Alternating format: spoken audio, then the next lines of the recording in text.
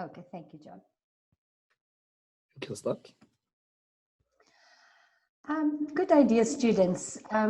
This is the first recording for LSP, Music, Dance and Drama. Prof. Roux did the first recording. Her section C, is focusing on learning units 9 and 10, physical education. So for today, and for the purpose of this recording, focus on section A. It's learning units 1 to 6, and it's dealing with music, dance, and drama only. So the lecturers, you need to make a note of this. Myself is responsible for music, dance, and drama. As I've mentioned, it's learning units 1 to 6, and there you will see my contact details. Visual arts, section B, the responsible lecturer there is Ms. And then Prof. Roux is responsible for physical education, and she has already shared her recording focusing on learning units 9 and 10.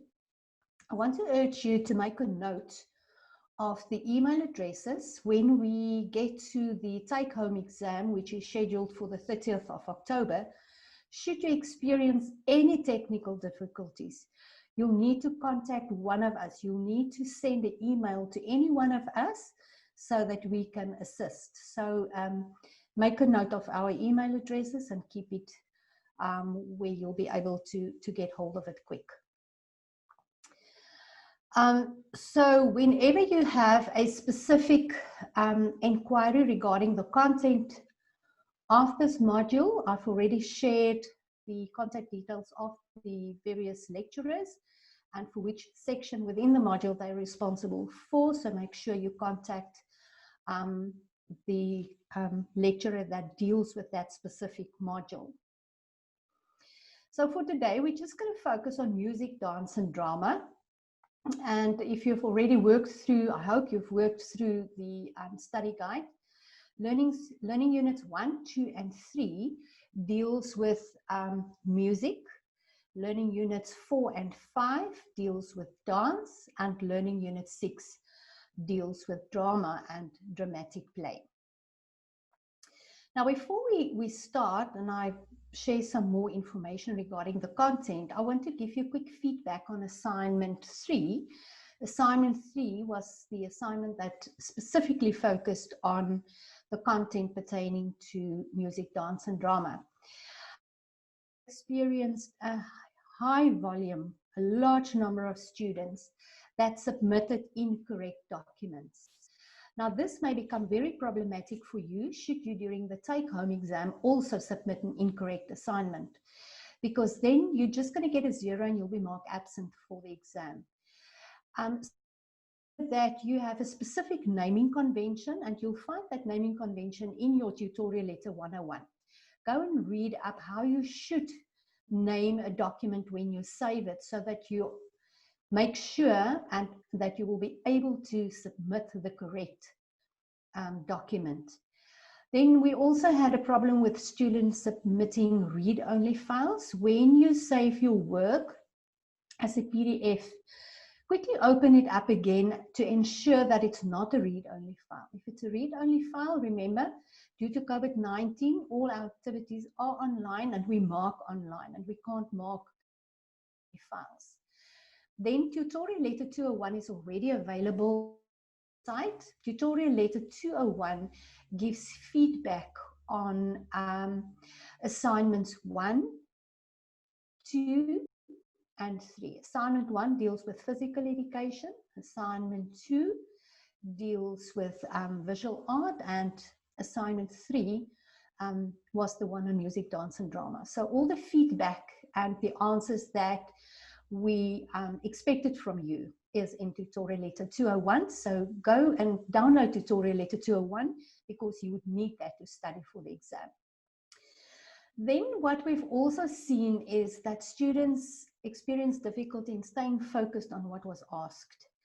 When we ask specific information, such as discuss the effect of music on the emotional development of young children, You would start off with the effect of music on physical education, on physical development, and social development.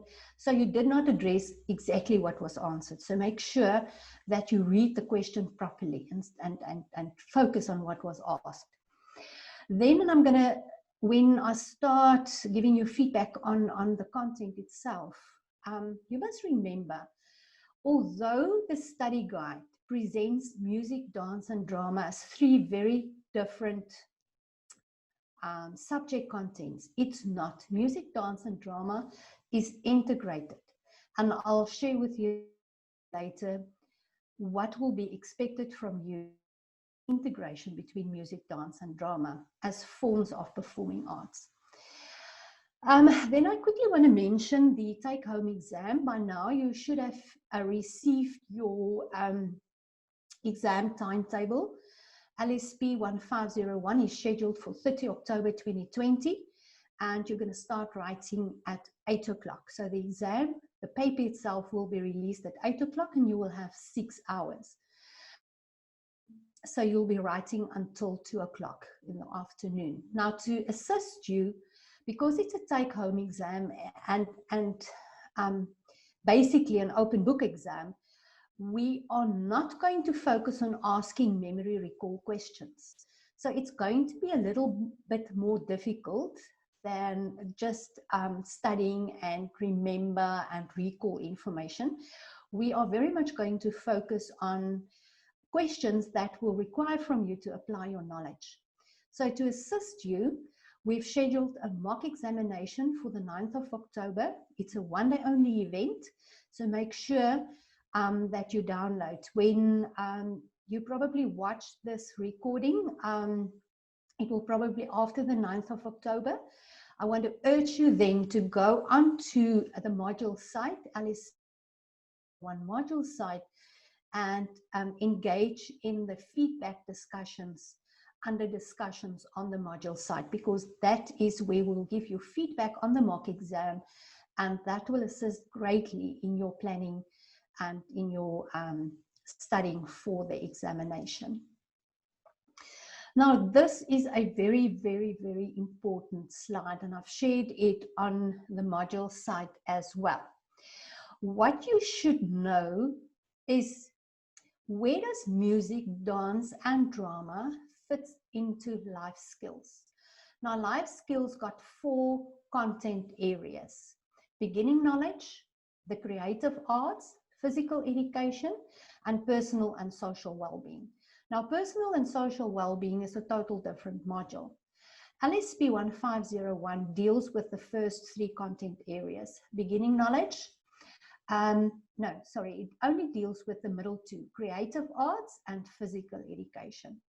So under creative arts, you'll get the performing arts, which is music, dance, and drama, and then visual arts. Now, what you also must remember, if you teach in the foundation phase, according to CAP's life skills, there's only 2 hours per week scheduled for performing arts. And that's why I've earlier said music, dance, and drama should be integrated, because you'll only have 2 hours per week for performing arts as well as visual arts. So therefore, we need to integrate. You won't really get to just teach a music lesson or just a dance lesson or just a drama lesson. You'll need to integrate. So this is a very, very important slide. Now let's jump straight into section A, music, dance, and drama. And learning unit 1 deals with music and child development. Now, learning unit 1 focuses more on the impact of music on the development of a young child. Now I'm going to jump a few slides. I'll come back to this one later on. You'll notice here that you need to be aware of the impact of music on the physical development of a young child, the emotional development, the social development, and the cognitive development of a young child. Now I'm going to jump a few slides. I'm going to come back later to this one. till we get to this one. Learning Unit 4, the introduction to Learning Unit 4, once again focus on the very same aspect, this time just dance. You need to know the importance of dance on the physical development, cognitive development, and social development of the young child.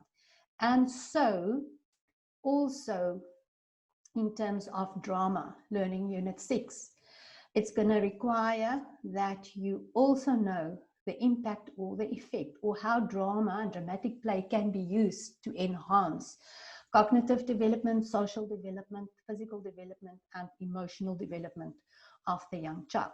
Now, if you have a pencil ready, make a note for the exam. I will not, or I doubt if I have asked, discuss the emotional or discuss the effect of drama on the emotional development of the child, or the effect of dance on the social development of the child. If I can take you back to this, oh goodness me, let's go back this way. If I take you back to this slide, I've already mentioned to you, music, dance, and drama, those three areas form performing arts, and you only have 2 hours. So we're going to present it in an integrated manner.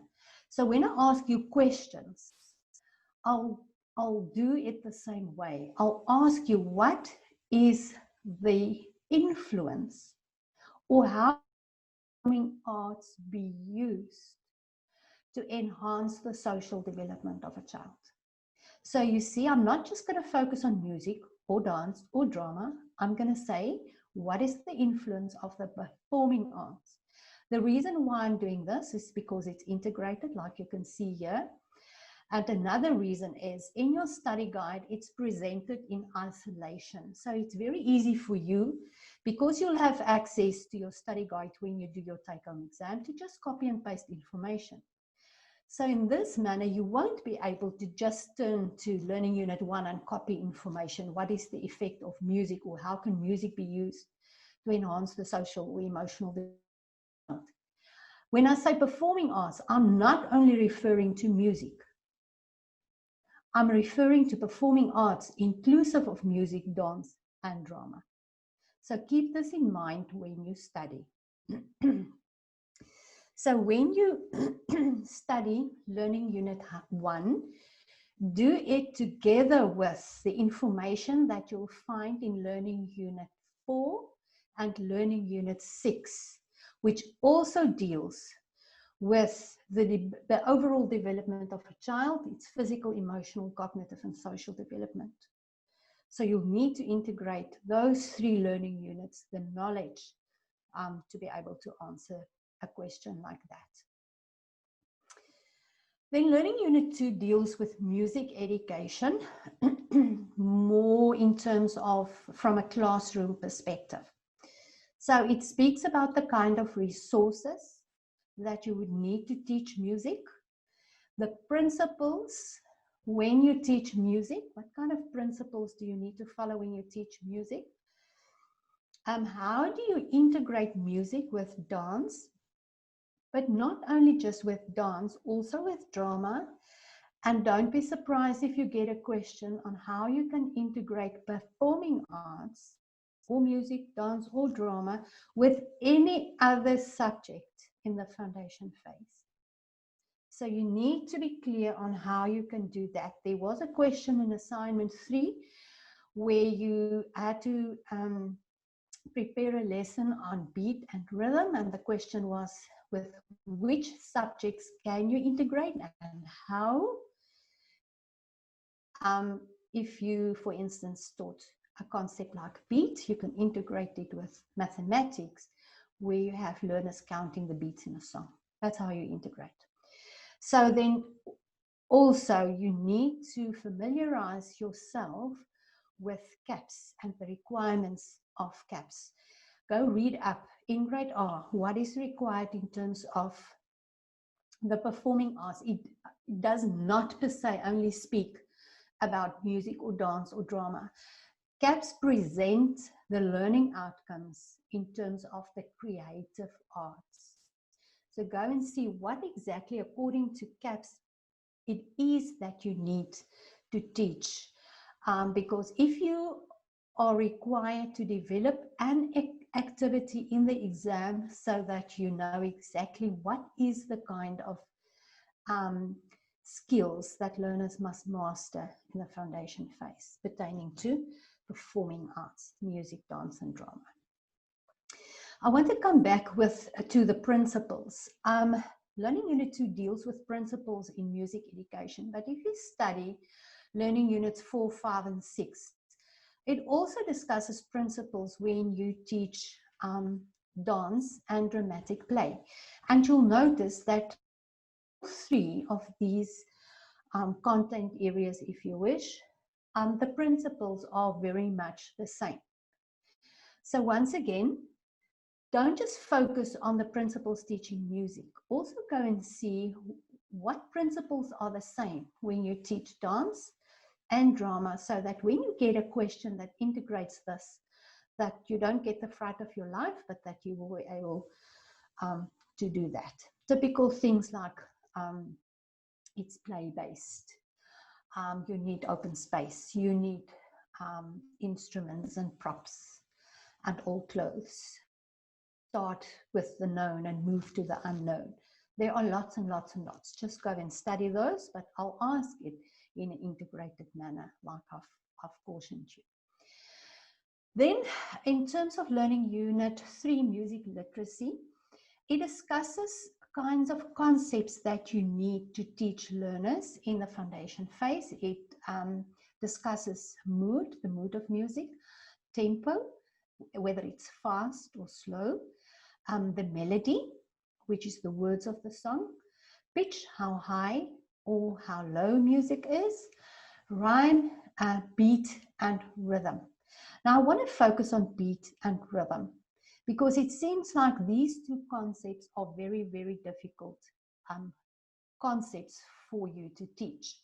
So I want to focus quickly on beat and rhythm. Now, if you take a typical song and let's say the one that was used in assignment 3, Pitter Patter. So the words of the song, the melody, is pitter patter, listen to the rain. You can read the rest for yourself. Then you see a raindrop is used to indicate the beat of the song. So I'm going to read it again and then I'm going to clap on the beat. And this is a typical activity that you'll do in the foundation phase. But you need to indicate to learners where to focus when you want to draw their attention to the beat. In this case, with a raindrop. So the beat then is pitter, patter, pitter, patter. Listen to the rain. And you can do the rest of the song for yourself. That's the beat. Now, when we get to the rhythm is indicated with the stars. Now, you all are familiar where you work on a child's listening skills and you would typically clap a rhythm, something like this. And you would ask learners to repeat. Now, this is basically what the rhythm is. And for this song, the rhythm is indicated with the stars. Now, compare the difference between the tempo of the beat and now the rhythm. I'm just going to clap on the rhythm now. Pitter, patter, pitter, patter, listen to the rain. Pitter, patter, patter on the window pane. So this is the kind of activities you need to consider when you teach beat and rhythm in the foundation phase. Go and design some familiar songs. You teach them the song and then you start with beat and rhythm and you design worksheets to assist learners how to clap on the beat or dance on the beat, also according to on the rhythm. I want to say something about the body as a percussion instrument, also to teach beat. So you're going to use the body as a percussion instrument to teach beat. Now, you need to know what body percussion is. So body percussion is typically you use your body to indicate the beat, like snapping your fingers or clapping your hands, or stamping your feet, or patting. Now design a worksheet like this one for yourself. Now if you look at this one, we're going to stamp our feet, we're going to snap our fingers, we're going to pat our knees, and we are going to do a beat. Now if you look at the pictures, you can divide your class. If you consider the picture, if you just look at the pictures there's no clapping of hands, there's stamping of feet. So you're going to have a group of learners that's going to stamp their feet. The second group of are going to snap their fingers, and the third group of learners are going to pat their knees. So one group of learners, the group of learners that's going to stamp their feet, would indicate the beat. So you would ask and integrate with music, how many counts are there to indicate the beat of the song? So it's 1, 2, 3, 1, 2, 3, 4. Okay. So now you just practice it, just the beat, and then you're going to say on 1, the group that's going to snap their fingers is going to snap. On 2, the group that's assigned to pat their knees, they're going to pat. 3, it's the same group that's going to snap again, and then the same group that's going to pat their knees are going to go patting their knees. And that's how you do the beat and how you do the rhythm, and you integrate with music, because each and every time they are going to be so busy counting. And can you just imagine what good exercise this is in terms of focus and concentration? So hopefully this will give you some pointers on how to teach beat and rhythm. Now I'm going to move on to learning units 4 and 5 that deals with dance.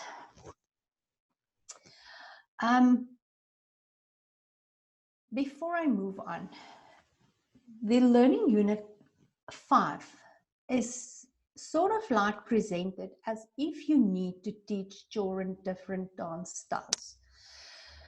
If you look at the requirements in CAPS, it's not the case.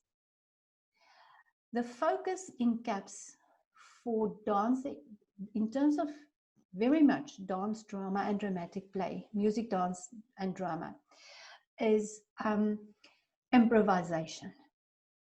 And I would strongly, strongly, strongly want to emphasize this. In terms of learning units 4, 5, and 6, dance and drama and dramatic play, the focus is on improvisation. So you're not going to teach learners in grade R1, 2, 3 to become ballet dancers or do kwaito or whatever.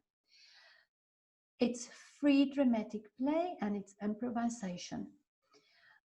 There will be instances where you need learners to learn repetitive movements because you are preparing them to participate in Eisteddfod or whatever. But for the majority of whatever you're going to teach in music, dance, and drama, the aim is not to produce a highly polished end product. Did you get that? The aim is not to produce a highly polished end product, where you're going to take learners through steps that you have repetition after repetition until they don't want to go to the music, dance, and drama class no more. You must make it fun. That's one of teaching music, dance, and drama. It's play-based. Remember, I've already said it. And you're going to do it through improvisation. I've already mentioned that I will not really just focus on the importance of music or dance or drama on physical, cognitive, emotional, or social development, but I'll more focus on asking you what is the on these developmental areas. So study learning units 1, 4, and 6 together. Then the concepts of dance. Learning unit 5 presents you with the concepts of body awareness, choreography, stance, space, rhythm, gesture, jetic, kinesphere, projection, and improvisation. Know what they are, but as I've already mentioned, the focus is more on free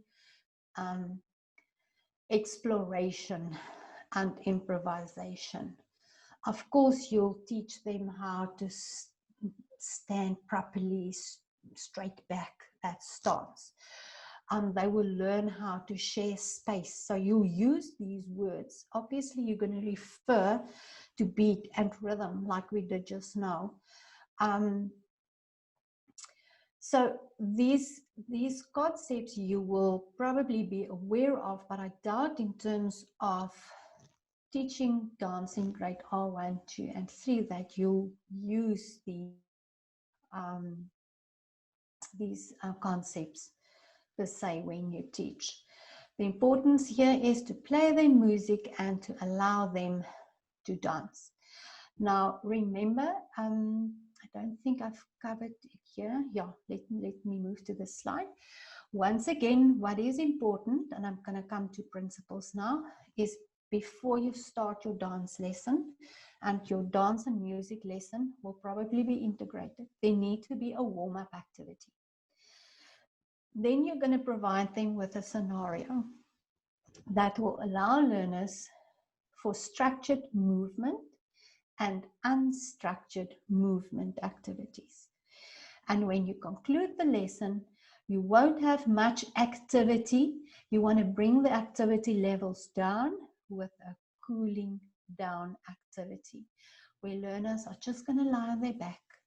They're going to breathe deeply, or they're going to start out standing in a standing position, and they're going to get calm, cooling down, shrinking, almost like shrinking back into an eggshell or whatever.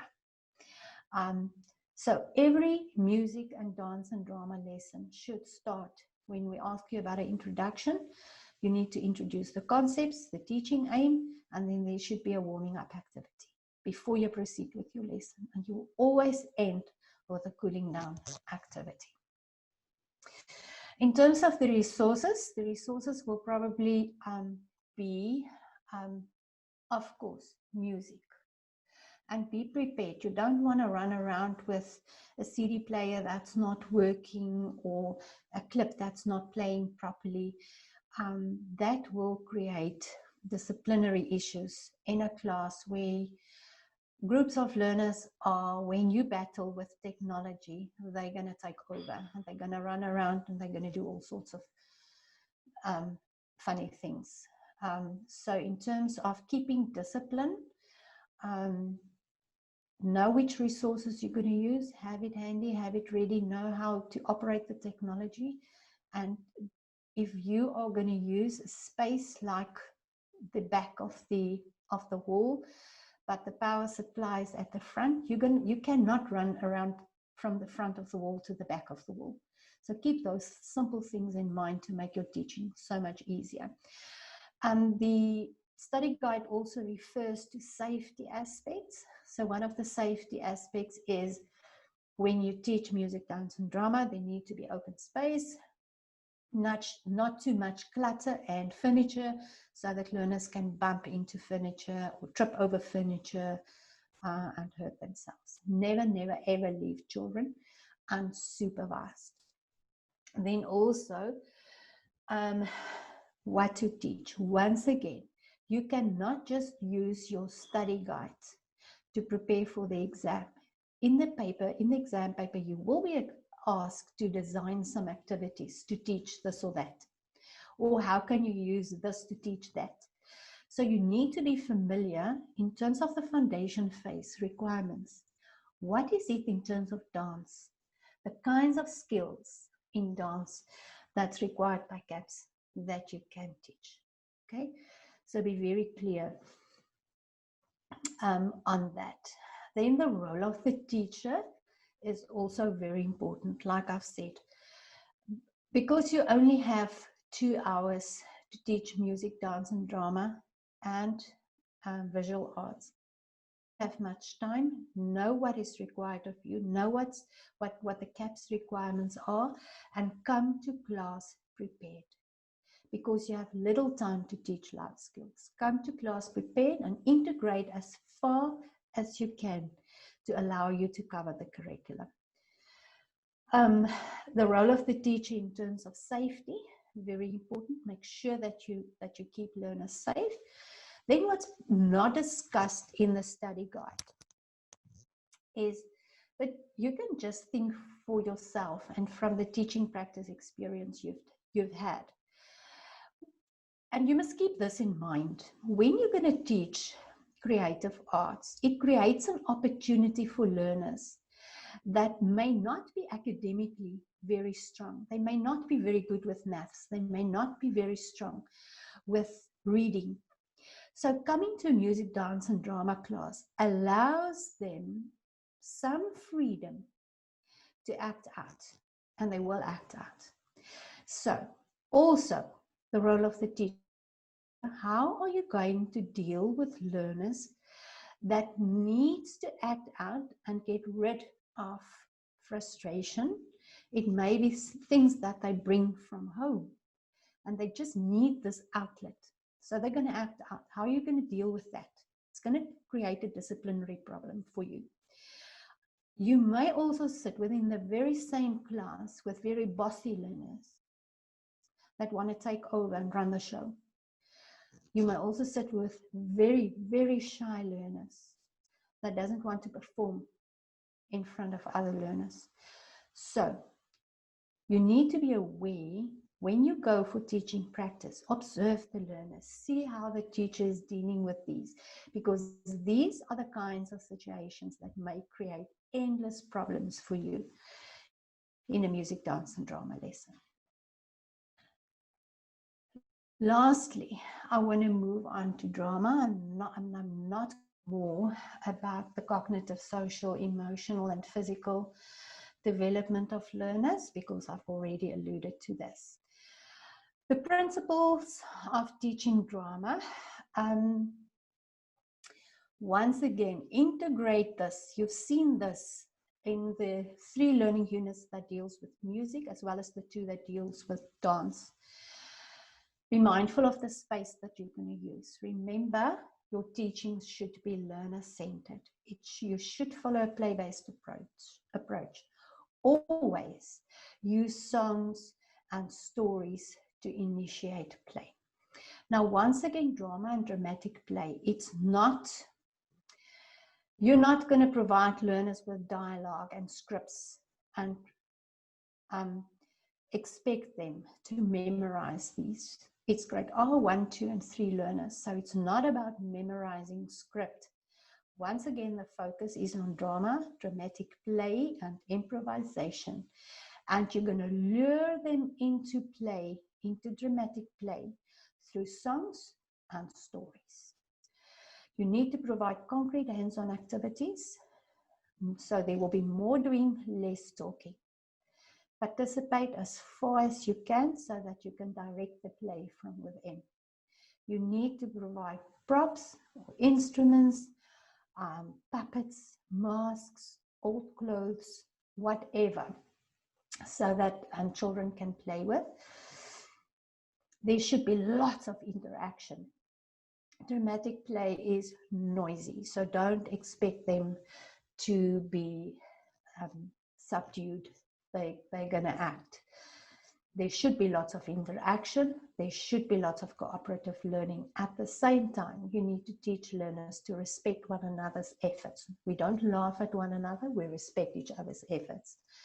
You appreciate all efforts. You're not going to make learners repeat and repeat and repeat until it's perfect. There's no such thing in dramatic play as a perfect effort. And then you're going to always work from the known to the unknown, but this you'll do once again through the songs and the stories, from where they are, the knowledge they have, into the unknown. Then I think this lesson sort of like ends off with how do you assess learners during dramatic play? And they list almost 30 assessment activities. Go and read through those and see if you can group them together. And by grouping, I mean go and see which of those deals with the social development of the learner. Which of those deals with the emotional development, cognitive, language, and physical. Then it will be so much easier for you to remember how to informally assess a learner during dramatic play. And this is not just for dramatic play, it's also true for dance, to a lesser extent for music as well. I've already sort of like alluded to the importance of integrating the performing arts across the curriculum. And I've already mentioned to you when we dealt with beat and rhythm, how it can be integrated with mathematics. The 4 subjects in the foundation phase is home language, or a language at home language level, a language at first additional language level. You'll not have that in grade R. Life skills as well. I'm missing one. The 2 languages, mathematics and life skills. That's the 4. So even within life skills itself, think to that very first slide where I've shown you the performing arts sits in terms of all the other content areas within life skills. And you can even integrate music, dance, and drama with visual art, knowledge, and social well-being.